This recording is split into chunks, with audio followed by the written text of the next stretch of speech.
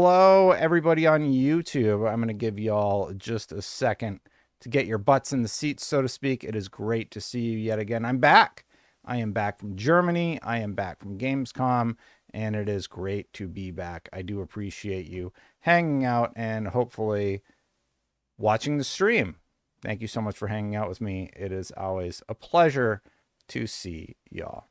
It says the screen's black. That's a little weird. Let me just verify.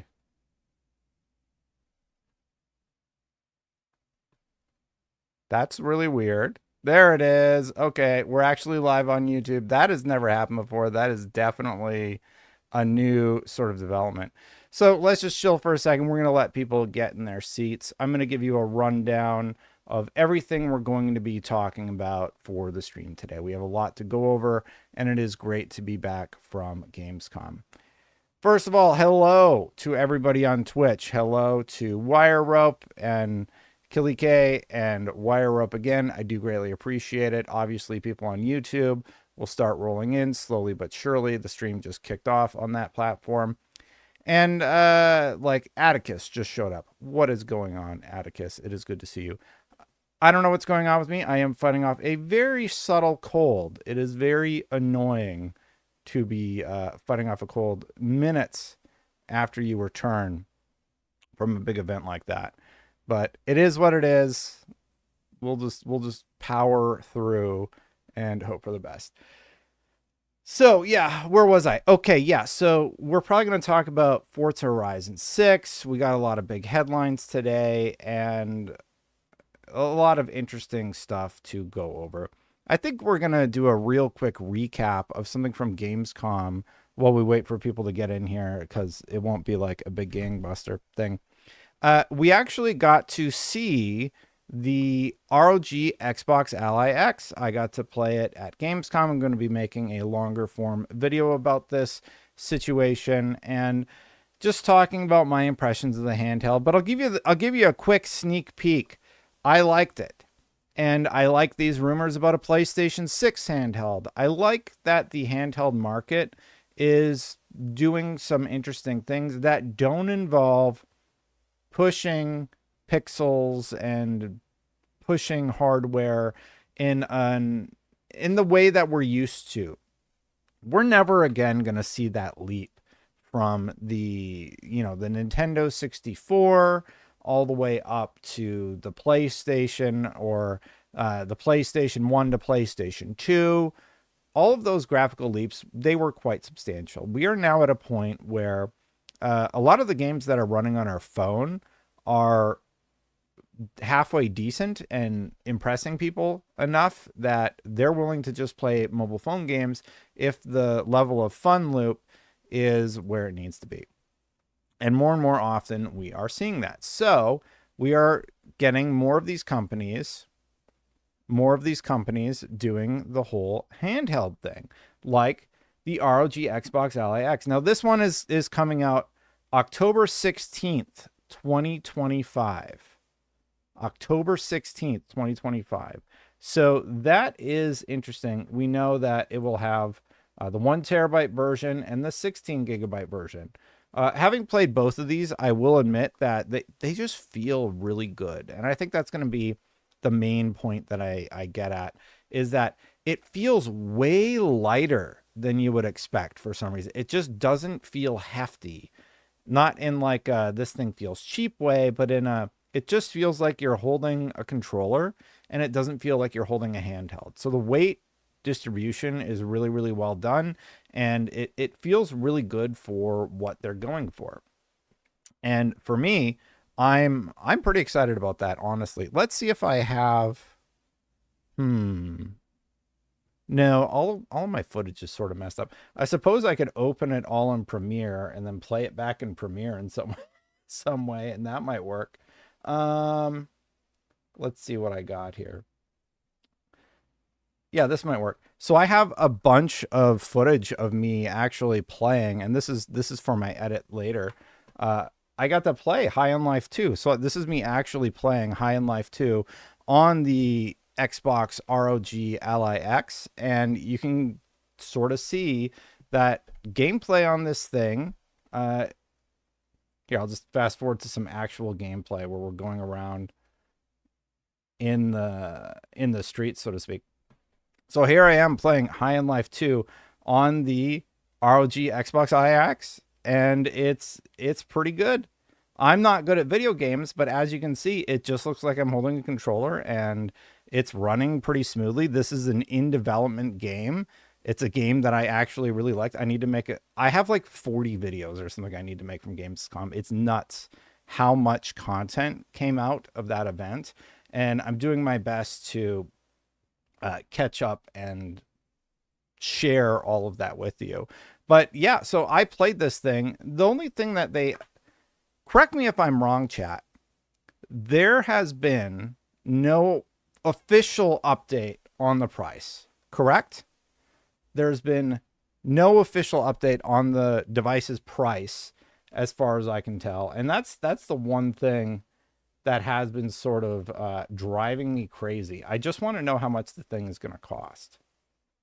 I just want to know how much the device is going to cost. This is all raw B-roll. So like if you want to see like an up close look at like what it looks like, this is all shot on my phone. I'm just trying to get a look at what the buttons look like up close and things like that. So yeah, this is the ROG Xbox Ally X, obviously the higher end version.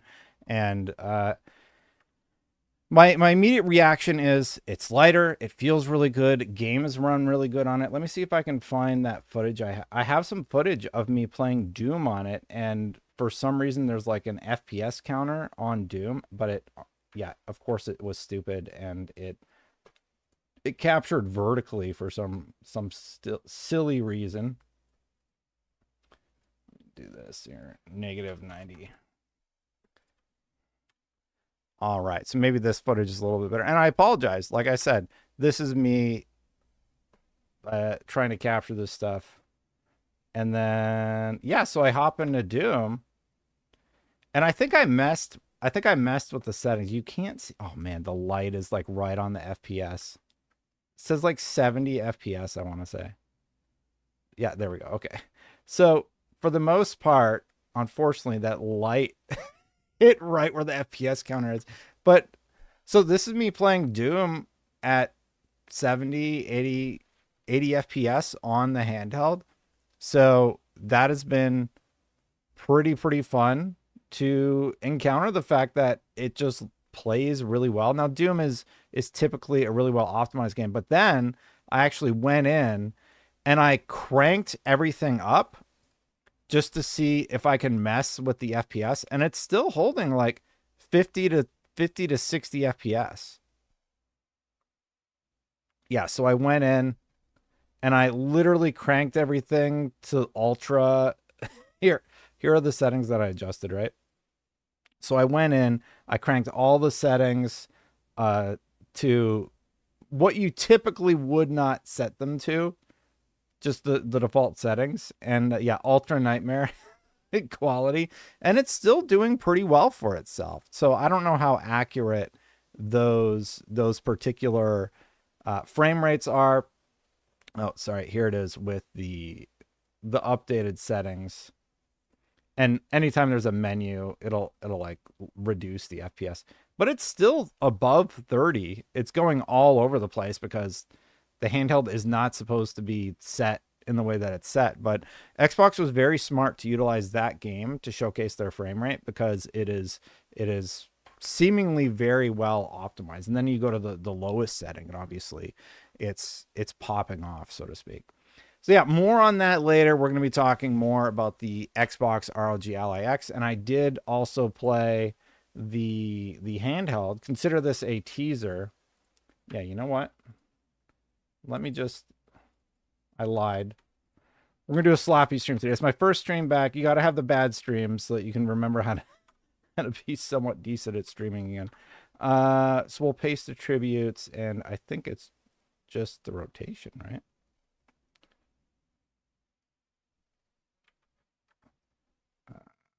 Paste attributes motion. Yeah, it's motion. Okay. And then I took some B-roll of the two handhelds like right next to each other, And you can see the bottom one's running Forza Horizon 5. Forza Horizon 5 is looking great. And they're basically the exact same unit for the most part. And my question is, what is the price of this thing? Because so far, obviously, I'm digging it. I actually didn't play Forza. I just dug around in the menus. Here are some of the ports on top of the lower end unit, and just B-roll that I took of the devices. This is me just messing around in the store. I was going through the store to see if there was some way where Xbox slipped up and gave us like a prototype store with games that aren't supposed to be in there or something. So I spent a lot of time digging through the menu, like 5 minutes digging through the menus. But yeah, overall, it feels great. It's really, really easy to go from the device to Windows or to whatever you're trying to get to and back. They actually show me that you can jump into Windows and then do a reboot so that you regain that RAM or whatever. I think that's one of the very first things that I tested. So I was able to jump in, and then I'm like, hey, how do you go to Windows? And somebody just said, well, you just press this button. These are all of the menus and things that you can do in the back end, including boost. And then to get to Windows, here it is. You go into gamepad mode, and then you go over to exit the full screen experience, and basically there's Windows. So if you had this plugged into a device that was able to go into your television, it would be incredibly easy to jump from Windows back into gaming. You can just use it like any device that would have Windows on it. It has touch screen, obviously. So I think it's pretty slick. And then you can restart the device so that you re-enter that optimized state where it's optimized for gaming.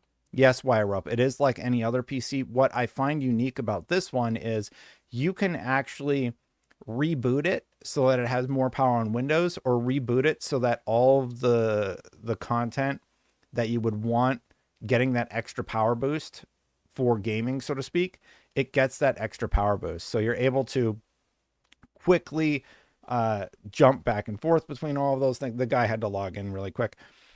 You're quickly able to jump into the Xbox OS and just keep all of those gaming things slick. And you're able to get extra RAM if you boot into gaming mode. Can I have 2 SSD? I actually didn't ask about installing a secondary SSD, but the device feels really, really good. It just feels good. Here is an image of me just holding it. Let me see if I can. Yeah, I just thought that was a cool image.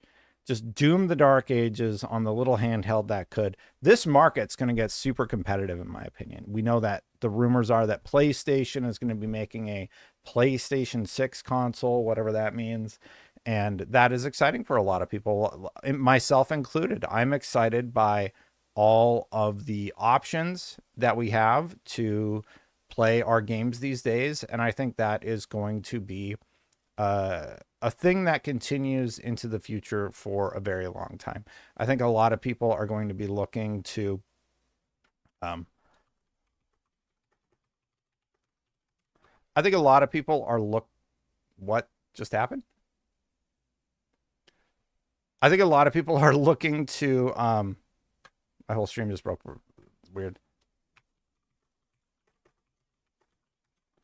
Just play their games wherever they are, and I do think that that is what we're going to be seeing more and more of from all these companies in the near future, because they're just like, hey, we want to meet you where you are. We know that the cost of I don't know, what are the boxes these days, $500, $600, $700 box is prohibitively cost, or it is cost prohibitive. And I think that is really going to shape how people play games in the future and what access they have in the future, if that makes sense. I think it means that companies will come to players where they are, as opposed to forcing them to get a new box. That the one thing that I would push back against, and we're going to do a little bit of a segment on it later, is that I do not think that the PlayStation 6 handheld rumors, the price That's the one thing that I just don't think is legitimate. I don't think that the price of the handheld is going to be the rumored $399. Now, I jokingly said that Xbox should release a handheld at $399, and I'm like, I don't know, man. If PlayStation's raising the price of all of their base consoles, then I don't know that it's going to be that price. If Nintendo's handheld is $450, in what world would PlayStation release a handheld that undercuts that, but it has the power of the PlayStation 5? That's not going to happen. There's just there's no way that happens. I don't know. What do you think about that? Do you think that the rumored handheld would ever launch at that price point at $399? Yeah, there's no chance. And I don't know how. I didn't watch Moore's Law video. I just looked at all of the reports about it. But I don't think there's any world where there's going to be a handheld from Sony that would be $399. I could see it being $499 or $599. That would make sense to me. But $399, no way. And I do wonder if like the ROG Xbox Ally and the ROG Xbox Ally X, they have two different SKUs. I do wonder if they would ever go that direction. I've heard nothing but positive things about the PlayStation Portal, so it would be great to see what Sony brings to the market and what that ends up looking like. So personally, I'm all for it. Let's see what you got, and then, we can talk about the pros and cons, or what we like and what we don't like for something like that. The big news of the day, though, and the headliner that I went with, was all about Forza Horizon 6. Forza Horizon 6 could be heading to Japan, and the reveal may be sooner than you think. A deleted post in Insider Docs may have just revealed Forza Horizon 6 biggest surprise, and Windows Central has reason to believe an announcement is planned for this year. So, real quick, I do think that this idea of a Forza Horizon 5 launching this year makes a lot of sense. And it also sounds like it could be taking place in Japan, and therefore Tokyo Game Show would be a great place to reveal this thing. Reddit threads like this one have sparked new discussions of Forza Horizon 6 following a now deleted Instagram post from Australian car import company showing a Playground Games member digitally scanning a key, I don't know that car, a class of ultra compact Japanese vehicles for Forza Horizon 6. And I actually have this one up. This is the deleted post in question. Yes, Forza Horizon 6. I didn't mean to say 5. Forza Horizon 6, to be clear. Exciting news. We have Cody here from Forza Horizon Official shooting cars for the next installation in the series. Oopsie.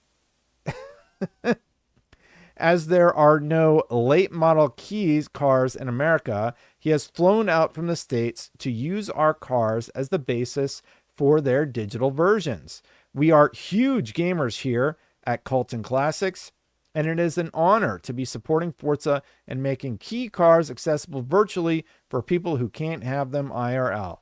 If you buy a car they've scanned, we have a prize for you too. How good.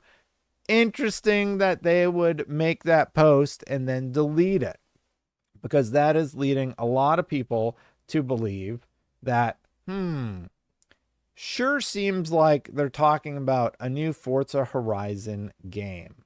Of course, Windows Central says, of course, Windows Central has more to add to the story thanks to our sources.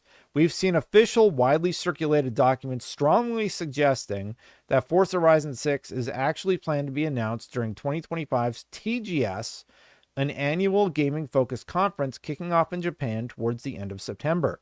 This year's TGS is set to be the largest in the event's history, and Xbox has already confirmed it'll be attending and announcing, with the Tokyo Game Show focused on the Japanese gaming market. Choosing to reveal Forza Horizon 6 here rather than at events like Gamescom only makes sense if the game is in fact set in Japan. And they're talking about the fact that Microsoft has confirmed that they will be in attendance, and Tokyo Game Show This is the 2024 post. We'll just pretend it's the same one. Tokyo Game Show is one of the conferences where Microsoft usually has a notable presence. So for me, I'm all for it. I'm all for a new Forza Horizon set in Japan. I like the Forza Horizon series. I'm just happy that more Forza is Forzaing as we go. Going back to the handheld for just a second, cost can be $399, but price will be premium. I agree, Amish. Definitely agree. And Unkai Denakai, thank you for the 5X T1s. Very much appreciated over there on Twitch. Konnichiwa. Actually, I think it's konbanwa. Konnichiwa is good morning, isn't it? It's Ohio. Konnichiwa, konbanwa. I believe. My Japanese is not good. My Japanese is not good whatsoever. But I believe konbanwa would be correct because we're in the evening right now. Anyway, there is no Forza Horizon 6 this year, but Phil Spencer did tease it for the Xbox 25th anniversary in 2026. So this was reported on June 8th, 2025. It's at least another year of Forza Motorsport and Forza Horizon 5, but a new one is supposed to be on the way for Xbox's 25th birthday. It's been 4 years. This is back in June. Windows Central talked about this, right? It's been 4 years since Forza Horizon 5 launched, and given the pattern of its predecessors, fans were hopeful of having at least seen mention of the next installment. The Xbox Games Showcase. Surely that's a good chance as any to show off Forza Horizon 6. It was not. But anyway, I'm excited to share that players will get to celebrate 25 years of Xbox with a new Fable, the next Forza, Gears of War E-Day, and the return of a classic that's been with us since the beginning. So that was teased during that particular announcement back in June. Phil Spencer teased that during his big presentation, you know, where he was in front of the crowd. And a lot of people picked up on what he was putting down, so to speak. So great to hear that we are going to get more Forza. Forza is still going to be Forzaing. I don't know where this image came from. I thought it was a fan Photoshop. Looking at it a little closer, it's probably AI. So I don't know. That was what I used in the thumbnail. Maybe I shouldn't have used it in the thumbnail, realizing that I don't use AI thumbs. Usually I try and use a real image unless it's like something conceptual. So yeah, unfortunately, I think I might have just used an AI image. Whoops. Oh, well. I don't think anybody watching particularly cared. Ice Joe says Destiny Rising is actually good. I'm hooked. Yes, it is very easy to play Destiny Rising on desktop. So just real quick, let me see if I have this. So we have this device. Here's how easy it is to play Destiny Rising, just to sort of go off on a tangent here. The Mumu Player, you just go install Mumu Player. It will emulate a phone. And you can easily play most mobile games on it last night. You can play it on your phone also. It's completely free. And all you have to do is you boot up Mumu Player here like we are right now. And you go into full screen mode. Here's Destiny Rising. And there we go. I'm playing Destiny Rising. It's so easy. You just install the app, you make an account, and then you can start using it. It is an official emulator from NetEase. So like, I know a lot of those emulators, you're like, I don't know what I'm doing on my computer. You know, I don't want anything fishy going on in the background. Well, this is officially created by NetEase. So I felt pretty comfortable, obviously, installing and utilizing it for playing Destiny Rising. It's called Mumu Player, MUMU Player. And you can, yeah. So we can get rid of BlueStacks. Yeah, thank you for the blessies. Yeah, you can get rid of BlueStacks if you don't like BlueStacks for this particular game. If you like BlueStacks and like that works for you, go for it. I never took the time to figure out how to get BlueStacks to work, but here we go. I'm playing Destiny Rising, and it looks just like, here, we can even go to Gameplay Pip. It looks like any other game. Now that I think about it, why am I the only one with an animal name? It's probably chugging because guess what? I don't usually stream and play Destiny Rising at the same time. But yeah, here we go. There's my character. There's Destiny Rising. It's a little basic compared to... It's a little basic compared to, obviously, the full Destiny 2 game, but it's more exciting, in my opinion, because they're doing some new stuff with the Destiny franchise. So I'm excited about that. One last note about this. Everybody, even MBG, is saying Forza Horizon 6 is rumored to be getting revealed at Tokyo Game Show this year and will be set in Japan. It will likely be a day one PS5 launch. I think he's just guessing. But at this point, if you're an Xbox fan, you're watching my stream, I'm sort of curious. Do you expect games to continue having that time gate? I don't think so. I think they could be day and date in the future. And I don't think people particularly are worried about that. It might be smart for Xbox to continue doing the 1 quarter thing, where they have basically a quarter where Xbox players still get their game, but then the game comes out later. But at the same time, I don't know. I would rather seeing great games continue being made as opposed to having that wall. And if the rumors and hopes are true that PlayStation starts releasing their games more widely, like they did with Helldivers, like the rumored Black Myth Wukong thing that was going on forever, and now it ended up coming out on Xbox. If that continues, I would be very happy about that personally. I think that would be great news. There was also a little bit of an update about Starfield. I'm pretty indifferent about Starfield. Like, I played it a bit. I think the game's okay. I don't think it's like the worst game ever made. It did not grip me the way that I thought. I'm a huge space video game nerd. Obviously, I really like games that either take place in space or they involve space in some way. I like Fallout more than I like Elder Scrolls, just as an example. Not really space, but like I don't like medieval. I like futuristic or destroyed futuristic. I'm aware of who MBG is, -0. I think I subscribed to him. So yeah, it's a unique game. It's a little bit different, but Bethesda confirmed that there's going to be new Starfield story DLC, free updates, and a space travel overhaul. And here's what's interesting about that. They put out a 5-minute asset. So let's just give it a watch. Let's just see what they had to say, because they talked about, oh boy, they talked about the future of their franchise. It's Timothy Lamb. That's all you missed. I got my start at a third-party testing house in Hunt Valley, Maryland. Probably the first title I remember being credited on was Spyro Enter the Dragonfly. One of the guys that worked there said, "Hey, have you tried this game, Morrowind?" He's like, "You should pick it up. We did a little bit of work on it here. I'll give anything a shot." I was like sort of desperate for the fun to come back into gaming. I think I told Todd this story once where it was, I'm going through and I get off the boat and Man, I just got to say, back in the day when games did this, and it looks rudimentary by today's standards, this was like mind-blowing. A 3D game with characters you could interact with. And, this is about the time when World of Warcraft was doing its thing.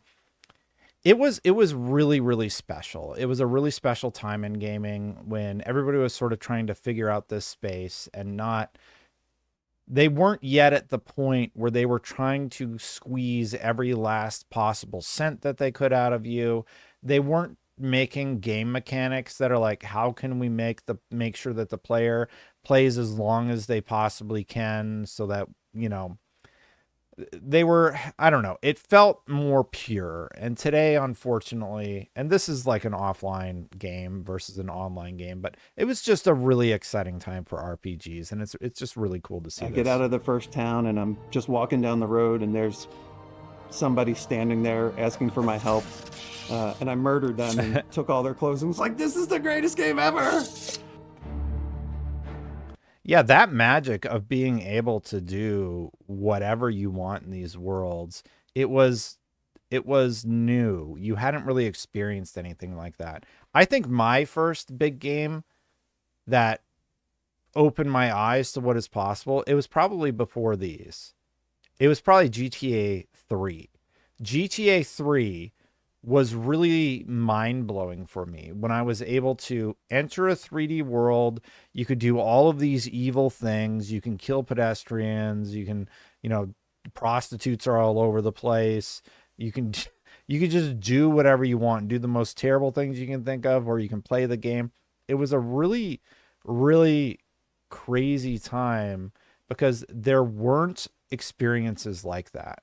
Some people said Mario 64 and Shenmue. For me, I think GTA 3 was a little bit different because it was based in a somewhat real location, right? Like it was based on Earth with human characters. And yeah, GTA 3 really, really changed things. And then there were all these RPGs that were happening around the same time that also gave you that option. And I do think that's why Mass Effect is such a special game for me. One of the folks I worked with said, "Hey, do you want to apply to be the lead tester for Oblivion?" And I was like, "Where do I sign up? Let me get you my resume as soon as I can." And then, like, from then on, I was hooked. I think of Oblivion in hindsight as charming, mainly because of the I don't know why they keep using the old. They've used this clip in some of their other stuff. I don't know why they don't just recapture it with the Xbox Series X or something. Because here's the thing. Yeah, you have two options when you're doing gameplay capture, right? You could figure out how to plug in your Xbox, do output where you're doing output via those old cables, or you can do it via the Xbox Series X. Here's the thing. The Series X upscaling and 4K, etc., all of that is how we remember playing those games. We don't remember them looking like garbage. So I think when you're presenting old gameplay, you could shoot it on a CRT with somebody playing it and present it that way. But I don't think these shots of it where you've captured it using the worst way to capture it, it doesn't encapsulate what our memory did with these games. Anyway, thanks Joshua for watching. Exposure of the remaster. It's like the trip down memory lane, and I remember so much about it that I thought I forgot. I got to be honest with you, and you know and I'm sorry to keep interrupting you. We were supposed to be talking about the Starfield update. I think that I want to see a ton of remasters. Why do I want to see more remasters? Because I almost feel like modern game creators have gotten too caught up with the business side of game creation as opposed to the purity of creating something special. They have too many business needs that they need to check off. And I think it's really hampered them to create special experiences. So when I see something like the amazing Elder Scrolls remaster, the Resident Evil remix, I'm just loving this stuff. Well, I would say Danny Passion said remastered or remix. What would you call Elder Scrolls Oblivion? Because technically, the Elder Scrolls Oblivion is a remaster. It's not a remake.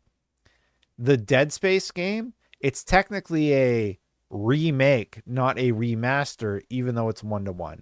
So I think keep capturing the original essence of these old games that we loved. That's what I want to see more of. I want to see people capturing the original essence of those games. Don't mess with it. I know Metal Gear Solid Delta isn't well optimized, but I think it's a great remaster or remake or whatever it is that they made. It is basically 1-to-1 with the original with modern graphics and Unreal Engine 5. And for me, playing through Metal Gear Solid 3 again, even with the performance issues, I think that's an 8 or a 9 still. And I hold to that, because if you've actually played Delta, you don't particularly feel bothered by the performance issues that are being highlighted by Digital Foundry and such, because it's just a great video game. Most of the time, you're sitting in your locked 30 FPS cutscenes and just having a good time, or 60 FPS if you're on PC, and enjoying the story that was told. So I hope that they do more remakes and remasters that really keep that original essence of the old games. Being in the behind the scenes for the making of Oblivion, and getting to sit on the couch, while odd at the time, but it was like that first time where it was like I was sort of on the inside, and that was exciting.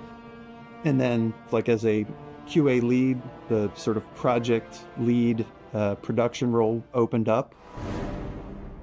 And then we get Fallout into 3. Fallout 3, which was the first game we had guns in. That was like the shift. I was working on a get into.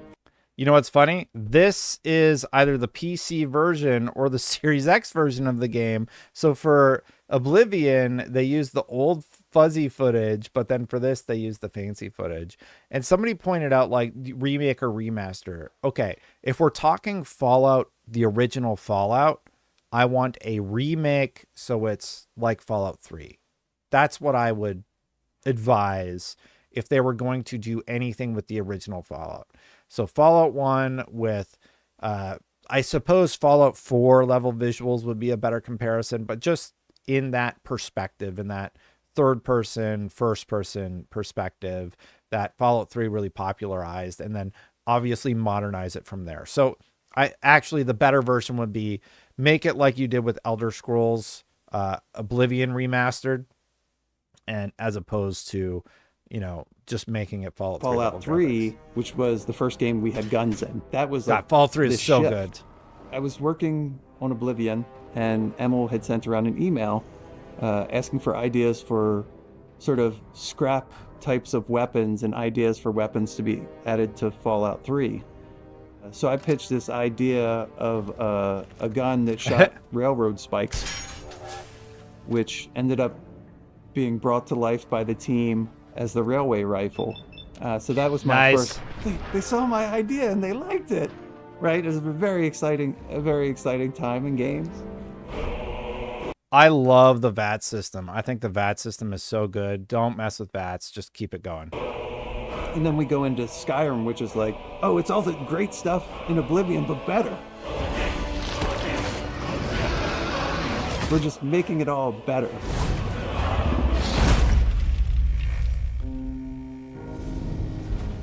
Before we get to Fallout 4, I was at IGN still when Skyrim came out, and I had to do a whole bunch of guide videos for that. I was able to figure out how to get the Daedric armor and find all the Daedric hearts and all that stuff. And I think it was one of my more popular videos. But during that time, I had my first million view video ever at IGN. Do you want to know what it was? It was an arrow. It was a stupid arrow to the knee montage. And that was my first million view video ever. IGN Daedric armor. Let me see if it's still, yeah. Okay. So 13 years ago, get the Daedric armor in Skyrim, full walkthrough. This looks like the terrible thumbnail. And I bet it was me. Let's see. Was it me or was it Graber? No, this is me. Little montage at the beginning. That's a Destin edit. Yeah, so here's the video 13 years ago from Destin Legary. 1.9 million views. Yeah, your boy had some good hits over at IGN. What else? And then here was my first million view video. I was so salty about this one. It was a stupid video where I went around shooting people in the knee with arrows, and I did a little song. It's so dumb. It was of course it broke 1 million. So it did 1.4 million views, but obviously the Daedric armor went on to to do a little bit better. I don't remember what else I did for the game, but I remember being really proud of the Daedric armor, because if you played that game, you know how hard that is to accomplish. Anyway, back to Starfield. And then we get into Fallout 4, and we had more, I'll say, modern action-oriented first-person shooting. And I worked really close with the team of folks to get that portion of the game working. So that was super exciting. It was kind of a case where Todd was like, no, you're the right person for this. You guys go, and he just let us go off and do our thing. And we came back a couple months later, and we're like, ta-da, guns! And we got to show it to the team, and the team was really excited about it. And it's like one of those moments that's sort of like, oh, we're doing it. We can do it. We can do it. It's going to be awesome. And it's sort of like the team gets excited about it and gets behind the project. Got to work on Dogmeat a lot with that team. Like, I mean, come on. You know what I mean? It's like so much fun. Dogmeat was pretty cool. Boy. I didn't, for me, just my opinion on Fallout 4, I actually love Bethesda more than I realized just watching this video back. I need to give Starfield another shot. Fallout 4 didn't capture me the same way Fallout 3 did. I fell in love with Fallout 3. With Fallout 3, I went into that world, I played all the DLC, and it happened at a time when I think I just went through a breakup and Fallout 3 came out, and I ended up just no-lifing that game, and I did every single thing in that world. I got all the bobbleheads, I did all the magazines, I got all the perks, did all the quests. I did not get that enraptured with Fallout 4. Fallout 4 was a little different. I got really into modding Fallout 4. I think I played on PC at the time, and I enjoyed it, and I got several of the endings on Xbox, but not all of them. But yeah, and Fallout New Vegas, I also played a lot of Fallout New Vegas, which I very much enjoyed. Christopher brought that up in chat just now. I enjoyed New Vegas, played that one. I got the gun from the little kid that can like nuke anybody. That was very, very fun. I still have my saves on Xbox. Most of the Fallout games I played on my Xbox. I think even Fallout 4, my main save was on Xbox. Then on PC, you can just sort of do all of your goofy stuff with mods, so you're invincible or whatever. But yeah, I really love Bethesda games. I hope that they have something really cool planned for Starfield, because that first story DLC did not hit the way it needed to. 76 first multiplayer. There was a summer during 76, and it was like just this summer of adventure, going through the missile silo over and over again, launching nukes. Yeah, you know what? And when 76 launched, it was bad. It was not a good game at launch, because something was going on with I don't know if I'm using the right term, but like the net code, and your character would be skipping all over the place. You couldn't fight the enemies. And it was like that for a while. Now, I know today it's a widely celebrated game, but I've tried to hop back into it, and I can't get my teeth into it. I don't know if like I aged out, because there's this time in your life where somewhere before you have kids and get married and life gets really, really serious, where you don't have a ton going on, or you're not in a super serious relationship or married or something like that, where you can play video games for like, guys, when I used to play a game before having kids, because now I don't have as much time, right? I would start a game and I would play it all day. I'm not even kidding. I would wake up in the morning and I would literally play it until I fell asleep with the controller in my hand. I would go to sleep and I would wake up, maybe eat some breakfast, and I would game all the next day. I went hard on video games. Like when I played, that's how I play. So now when it's like maybe I get 2-3 hours at nighttime, things change a little bit, right? Your priorities end up shifting as you get older. And I think with Fallout 76, I think maybe that old Destin, where I would just no life it, I think old Destin would have really, really liked Fallout 76. Old Destin, I don't know if old Destin has the time to get into Fallout 76. And to go further in depth on it, modern games, they don't want you playing other games. They want you living in a single game. compare the length of Fallout 3 and all of its DLC to Fallout 76. Oh, you don't get to take a break from Fallout 76 or Destiny 2. That's your game. That's where you live. And more gamers are identifying, according to, ironically enough, the IGN study, I believe it was, more and more gamers are identifying not as gamers. Oh, I'm a Minecraft player. I play Fortnite. It's not about PlayStation versus Xbox. It's, this is the platform that I play, and that's where I live. That's all I do. Right? So that's what we're getting into. And I think there's still going to be spaces for like the Expedition 33s and such. But I think something happened around Fallout 76 where my brain I'm just like, so the game never ends and I just have to play this game forever.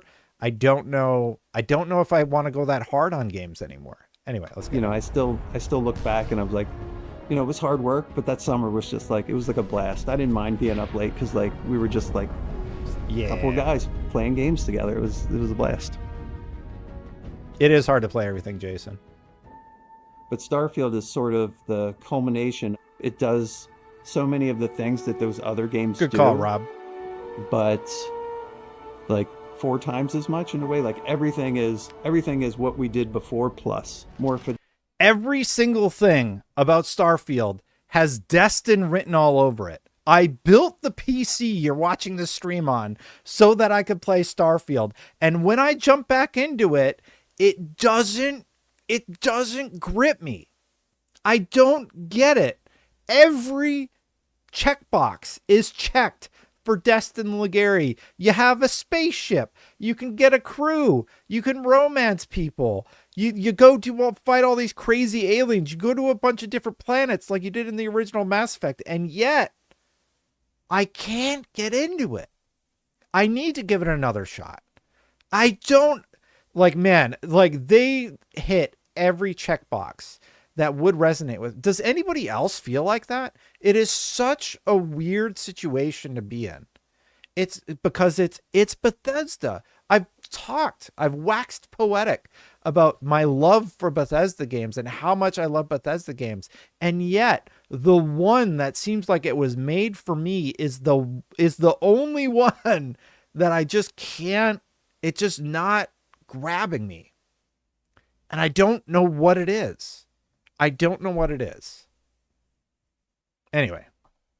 Fidelity, more complexity. To me, Starfield was like making 4 games. You have I'm running around shooting aliens and space guys. You have I'm flying cool around guns, in a spaceship, cool spaceships, shooting other spaceships. You have the ship builder game. You have the outpost game. Starfield to me was like making 4 games at once. You know what? I think that's what it is. Just thinking about it, it's 4 games at once. I think that's why it never gripped me. Fallout 3 is a game that's the perfect size. Playing through Metal Gear Solid 3 Delta, I'm just like, oh my God, I miss this so much. I got to play Fallout 3 Delta. I played it over like 3 or 4 nights. And like, there's natural stopping points during your story progression where you're like, I know I can pause here. There's not a boss I'm fighting. I just beat the boss. I can take a break here, take a breather, and come back to it. With Starfield, I took a little breather. I come back and I'm just like, what am I supposed to do? There's like some cop I was talking to. I just unlocked like the ability to build my own ships. I remember I did something with my ship and, there's this location on the planet and there's like 4 markers that I got to go check out. And even with Fallout 3, I guess you sort of got into that, but you didn't have like 60 quest markers all at once. So I wonder if maybe it's just like overload. I don't know. I'm just sort of talking it out as I watch this, because like I said, Starfield should be right up my alley. I think as it comes to Starfield, I'm really excited for players to see what the team's been working on. We have some cool stuff coming, including free updates and features that players have been asking for, as well as a new DLC story. I can't go. Okay, New DLC story, free updates, cool new stuff. For me, it's just like somebody in chat said I should just restart. You know what? I think you're dead on. I think I'm going to restart it. But here's the problem. I haven't finished Expedition 33. I didn't finish Metaphor Refantasio last year. I didn't finish Black Myth Wukong. I didn't finish Astrobot. I have the Dune MMO that everybody was raving about. So I could be playing the Dune MMO. There's this great new update for Path of Exile. I started playing Path of Exile last night. You know, you turn it on, you end an hour just disappears. Destiny Rising just came out. I'm a big Destiny fan, and there's this new experience in Destiny Rising. That's just off the top of my head. The games that I'm like, oh, I really need to play XYZ, right? Borderlands is right around the corner. Outer Worlds 2, I got to play Outer Worlds 2 at Gamescom, by the way, and I had a blast with that. That's Obsidian, you know, the offshoot from the Bethesda crew, making Bethesda-style games. So it's rough out there, man.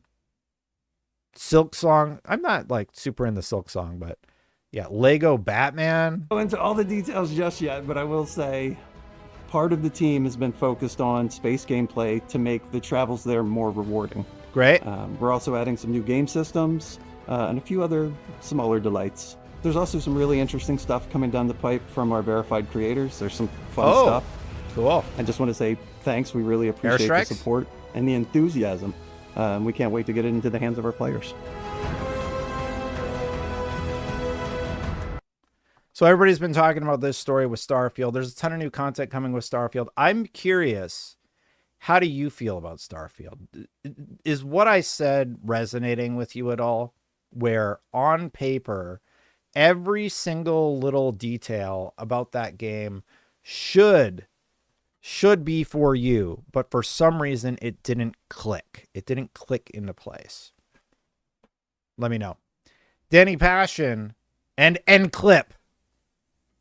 Anyway, Danny Passion said, you just mentioned the problem. Too many great games to play. That's the thing, man. Like, Destin, tonight, if I could play any game and I knew, like, I didn't need sleep or anything, and I could play it for like 6 to 8 hours, I still haven't finished Death Stranding 2. It's a Game of the Year contender. Last year, Metaphor Refantasio, I barely got to touch it. Never finished Black Myth. Path of Exile 2 has a cool new season everybody's playing right now. Those are 4 things off the top of my head. Or I could play Starfield. That's a tough decision to make for a lot of people. And a lot of people, you know what they do? I'm just going to fire up Fortnite and play that tonight. So that, and Donkey Kong Bonanza. Thank you, Alma. Yeah, Alma said, did you play Donkey Kong Bonanza? No, I totally forgot. Nintendo sent me a code to review it. I've never got a code from Nintendo before. My first code I get from them, I install it. I never have time to touch it. The thing that I realized about being independent is you have to place a bet and say, is this one going to pop off for me or will it not? So yeah. Too much to cover, all these games, but can't finish it. You're overwhelmed. I wouldn't say overwhelmed. I just have to pick which one I'm going to cover, and then that's it. And I think in terms of like priorities for y'all, I'm thinking about like what content should I be making? There's like 40 videos of games that I just saw at Gamescom.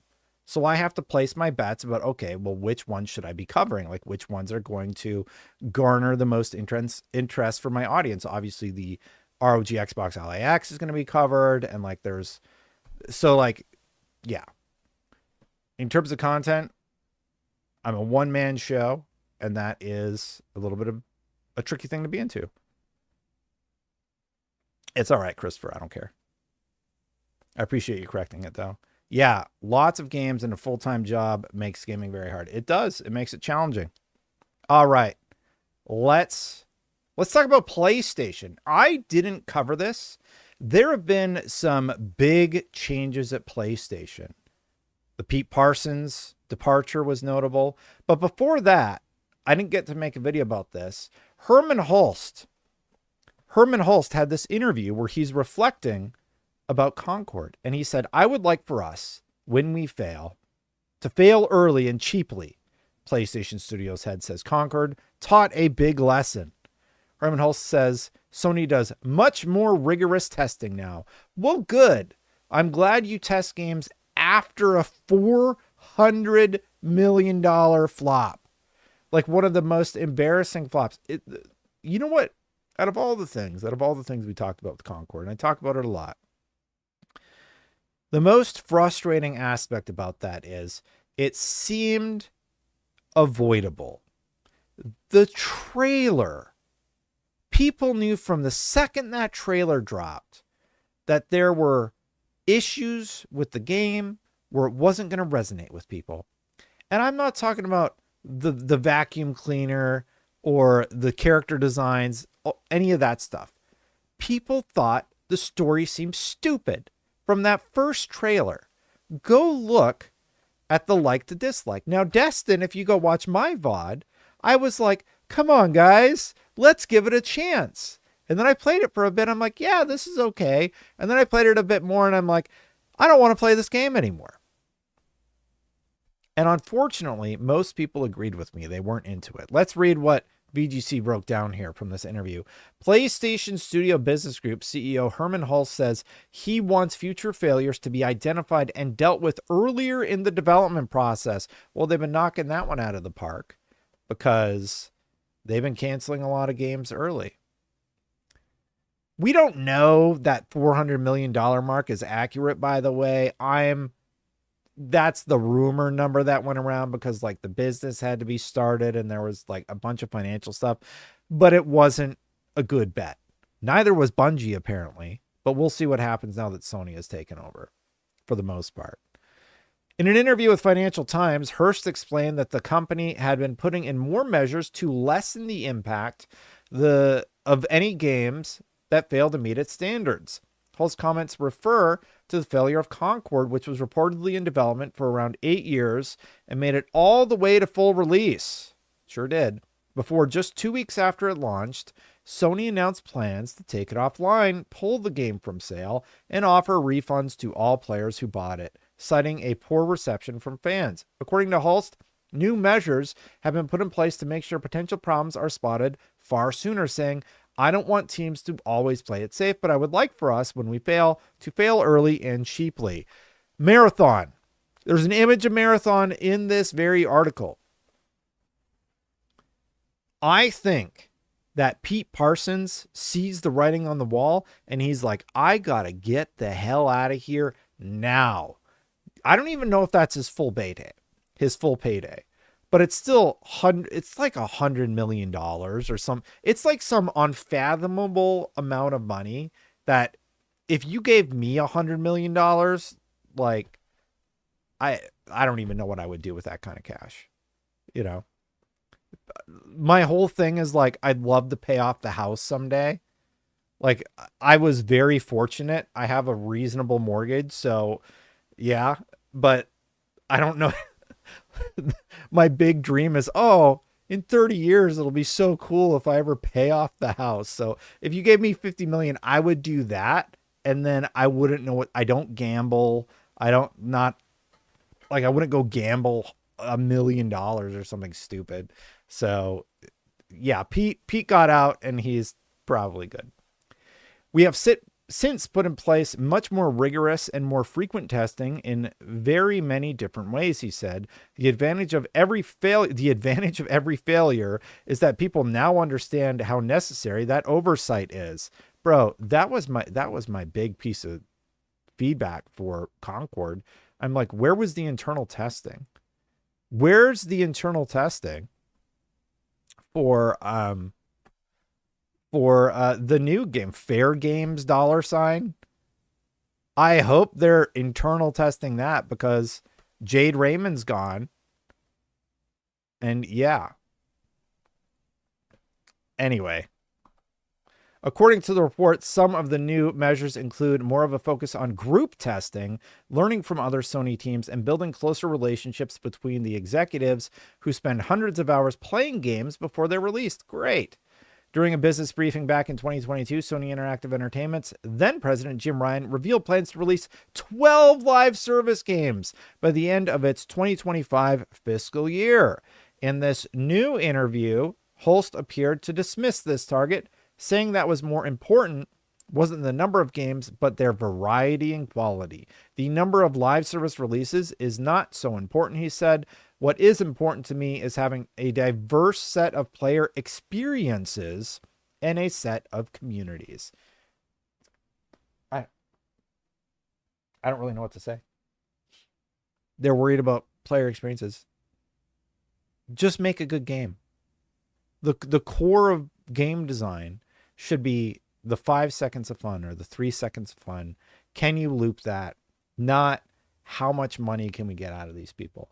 I think, and this is just my personal take, I think that Naughty Dog should have gave whatever they were making to Bungie, and Bungie should have canned Marathon.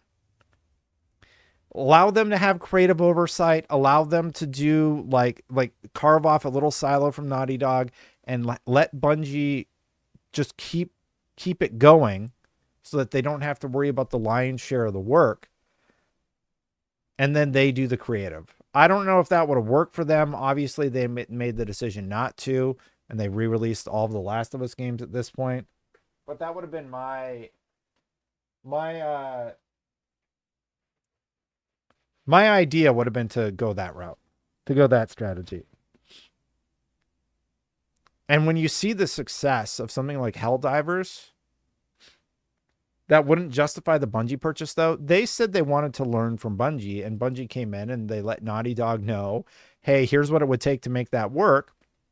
And they basically said, yeah, we don't want to do that. And like, good on Naughty Dog. Naughty Dog knew before everybody else that, hey, yeah, this is probably a bad idea for us to do a live service, always online game. And good on them for it.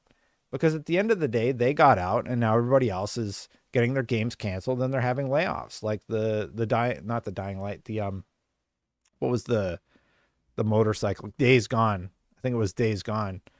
Team, they had to suffer layoffs because they're rumored. I think they were doing the God of War one that ended up getting canceled, and God of War Ascension had a version of something like that, which is interesting. Don't worry, we're going to get Fair Games. The Fair Games is still in the earning reports. Earlier this month, Sony CFO Lin Tao said the company will learn from its live service failures, but insists that progress has been made despite them. During a Q&A session following Sony's latest financial results, Tao said that despite the negativity surrounding Sony's live service offerings, thanks to the issues with Concord and Marathon, she still believes live service games are worthwhile because they've added a revenue stream that didn't exist for the company 5 years ago. That's the thing. You know what? Sony's not looking at, like, how can we make the next great exclusive for our PlayStation console, for our PlayStation fans? They're saying, how can we make the next Helldivers 2? Because we get another one of those or two of those, and we are golden. We can make those other games. That's why they have the job posting for games coming out on other platforms. That's why they are talking to Xbox. That's why PlayStation games like Helldivers 2 are everywhere, because it's tons and tons and tons of money. And that's why their key metric, which has always been strong, monthly active users, is now the key metric. It's because a user is more likely to be converted to sale than a sale, and they'll probably get more profit off of that one user than they will off of any single PlayStation 5 that's sold. And it's just sort of crazy. The math just changed at some point. In another huge W, this is an ad-filled page, I apologize, but PlayStation Store game refunds are made easier by Sony. You can basically just open the PlayStation app, make sure it's the latest version, go to the store, hit the menu button, and then go to transaction history, and then go to request refund. So huge W for Sony on that front. And I already made a separate video about this, so I won't go on it too hard, but claimed Sony PS6 handheld console specs promise a miracle of next-gen cutting-edge processor architectures at a price that's barely enough for today's hardware. Good headline. I think the price is complete nonsense. There is no way that that thing is going to launch at the price point that they're talking about launching it. But overall, just to put a nice bow on this clip for Josh, who I don't even know if he's watching right now. I think that PlayStation obviously should have been doing better QA on their games. I hope they make the appropriate pivots. And on the refunds, that's great. On the handheld, there is no chance in reality that that thing launches at $399. I will make a video. I'm not going to do something weird like Ryan said he would eat his hat or something. I will make a video of me going to In-N-Out, and I will eat In-N-Out in my car and say, you were right, like 5 times during the video. How's that? You were right. I was wrong. You're handsome. I'm not. What's the line from Happy Gilmore or whatever? So yeah, that's what I'll do. It's just a silly little video, but there's no way that this godlike handheld that they're describing is $399. That's my take on it. Anyway, that would be the clip for Josh if Josh ends up editing it. Real quick on this one. This is just sort of like a short. Like, I don't even know what to do with this one. Ghost of Yotei has gone gold 1 month before release. We're so excited to have finally reached the milestone and can't wait for everyone to experience the beauty of Ezo on October 2nd, the studio said. Yeah, they went gold. Pre-order now, ghostofyotei.com. And to celebrate, they put out this trailer showcasing some of the guns in the game. And of course, great game.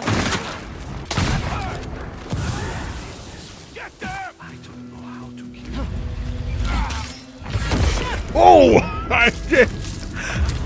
I didn't know you could do that. That's awesome.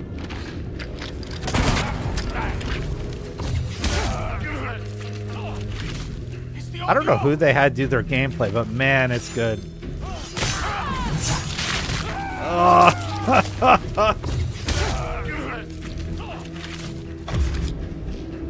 I love that you can throw your swords. I didn't know that.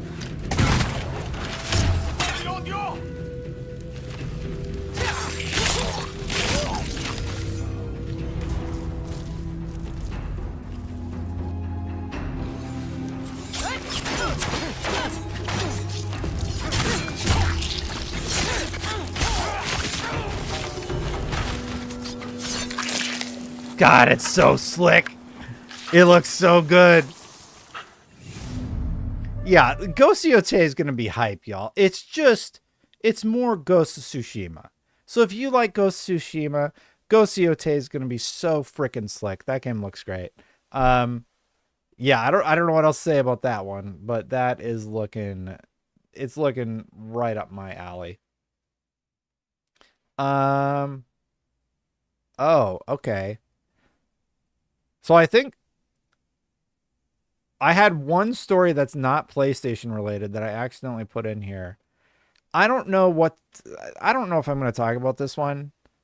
To me, Devil May Cry Dragon's Dogma director Hideki Itsuno explains why he left Capcom and what's next. Long story short, a bunch of like famous people from Capcom left and they ended up making their own studio. Capcom has a lot of really, really great stuff coming down the line, and I'm excited to see what they end up making. So, yep. It's called Lightspeed Studios. Yeah, I guess we'll just go through some of these PlayStation headlines that I didn't cover in the last week. Good for him leaving Capcom. Good morning, iAds90. I do appreciate it. Appreciate you hanging out. PlayStation 5 price changes in the US. The PlayStation 5 increased their price by $50. It's now $549.99 for the base. For the digital, it's $499. And for the Pro, it's $749. Like I said in my video, I never thought there would be a world where I am able to buy a console and watch it increase in value. That's just absolutely crazy to me. It's crazy to me that that is happening. Yeah. And the last story, a big fond farewell, as you may have heard, to Pete Parsons, who will drive off into the sunset in one of his incredibly overvalued vehicles. Pete Parsons leaves Bungie. Justin Truman steps in as CEO. I am deeply proud of the worlds we built together, and most of all, I am privileged by the opportunity to work alongside the incredible minds at Bungie, says Parsons. Well, yeah. That is that. He's gone. Goodbye, Pete Parsons. We'll see you. You'll see you on the other side. This happened shortly after the Sony CFO says Marathon is expected to release before March, and Bungie's independence is getting lighter. We are now fixing the problems, so we believe the launch will happen. We'll see what happens with Marathon. I don't know, man. I played Marathon. I played it a lot. Let me check my Steam really quick. It says I played for 34.5 hours. Now, I know that's not a ton, but that's a lot for me, right? 34.5 is a lot of time for me to invest into any video game. So, I don't know. I don't really know what to say about Marathon. I hope it comes out and it's good, but it's coming into a market where I just talked earlier in the stream about not having enough time to play the other games that came out last year, and just adding one more to the plate. I don't know how that works, right? Anyway, I think that's all the news from the last week. Like, obviously there's a ton of stuff that I still have to get from Gamescom. If you did want to support, I think now would be a good time to do so, especially on Patreon, because I'm going to be releasing like several audio interviews. They will also have a video component also. You can support it, the video tier, if you want to see them. But I have I think I have a Dune interview. I have an interview with like one of the original creators of the Fallout series. And I have an interview with, I think I have one more. Oh, the Deadpool creators also. So yeah, that's coming down the pipe. And I have a few other things in the works, in the background, so stay tuned for that. I think I'm going to get out of here, you guys. I am fighting off a cold. I think I got it from the kids. I don't know what's going on, but I have been fighting it off for the last few days. You know, I'm like, okay, I'm feeling good. I'm feeling like I can start getting to these edits. And I recorded some videos so that we can get those cuts out. And then I get hit with a cold. So great. That's just great. Isn't it, everyone? All right. I'm Destin's favorite. Yes, King Scott, you are. Thanks for watching, everybody. Hit that subscribe button, hit that bell to know when my content goes live. I do greatly appreciate you hanging out, watching live, or watching the VOD. It's always appreciated. A huge shout out to all the patron backers, all of the people who support on YouTube. I greatly appreciate you. Chris Freddy, Philroni, and Aries EMS.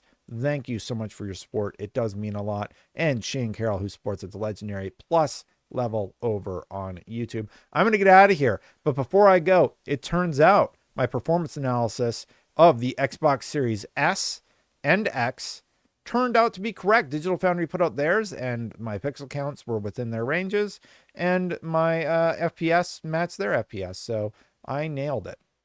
I'm going to get out of here. I'll see you for the next one. Bye for now, everybody.